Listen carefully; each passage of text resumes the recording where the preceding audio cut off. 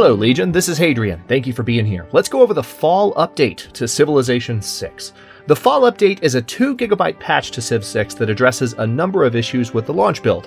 Whether you've bought the game or not, it's likely you've been paying close attention to see what Firaxis' first move would be after the release of Civ 6. While Civ 6 was rightly praised for having a well put together launch build, the diehard enthusiasts were rightly miffed with some of the game's minor imperfections that you just might not expect from a AAA title like Civilization, even at launch. Well, the team is back from their post-launch honeymoon, and the first impressions of the new patch from the community seem to be that many, even if not all, of the largest concerns have been heard and addressed. The patch is too big and detailed to go over in its entirety, so this video is going to be a highlight reel of the top 6 most significant changes, some of which are several items that have been lumped together into a single one. The full notes are included in the description below if you'd like to read about everything else. And if you think a change deserved to be on the top 6, let me know in a comment below and tell me which change on my list that it should have replaced or which group it should have been included in. Probably the most exciting aspect of the fall update is the AI upgrade. What this group of changes amounts to is the first major improvement to Civ 6's AI since release. The AI's behavior has been one of the community's biggest complaints, from questionable decision making to frustrating diplomacy to inexplicable lack of unit upgrades at all in some cases. Once you download the update, AI with neutral relationships should now accept delegations, quote, barring exceptional circumstances, end quote. Additionally, the AI should now be more competitive when it comes to research and tourism. AI should now have a better understanding of declared friendships and should make better decisions with regard to starting and ending wars.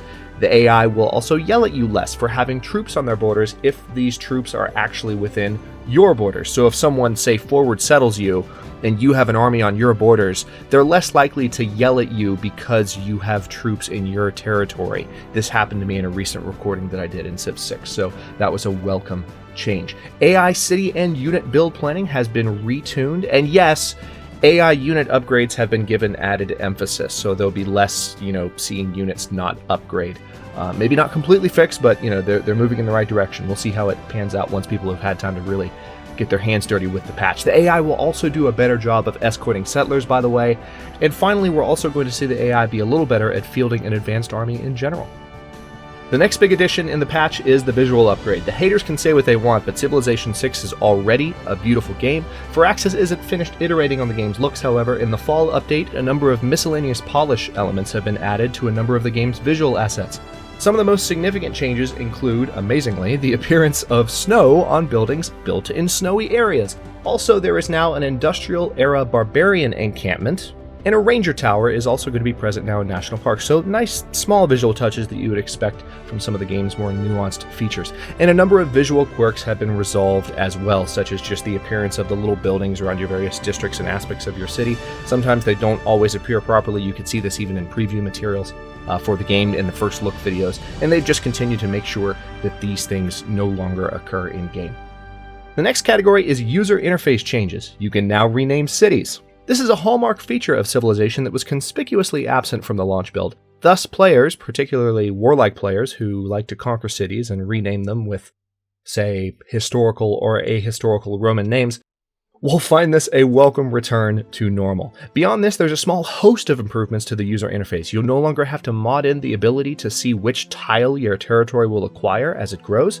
You no longer have to mod in the ability to turn off automatic unit cycling because there's now a toggle in the game settings. And the Y key now properly toggles yields without mods as well.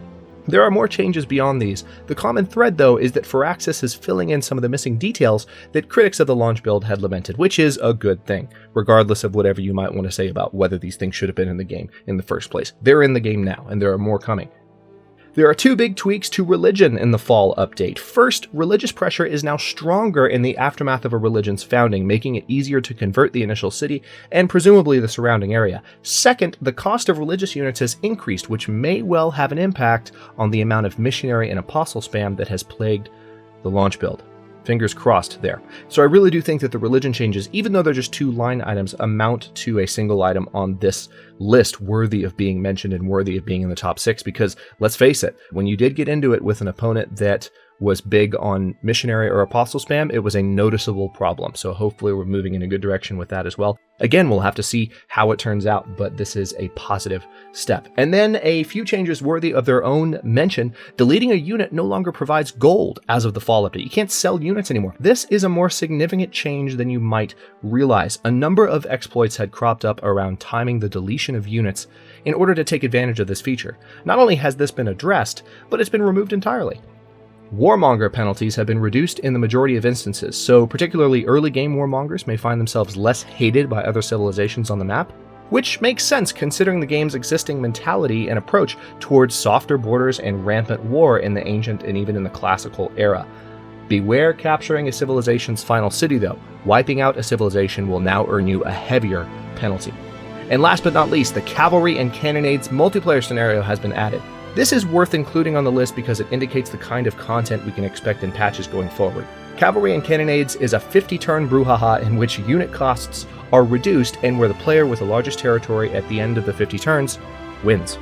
And as an honorable mention outside of this list of the top 6, I'd be remiss not to mention that a number of bug fixes have been implemented as you'd expect from a major patch. Furthermore, DirectX 12 support has been added to Civilization 6, so those of us with more top-end graphics cards and operating systems that operate using DirectX 12 will hopefully see some streamlining of certain performance elements as a result of that addition.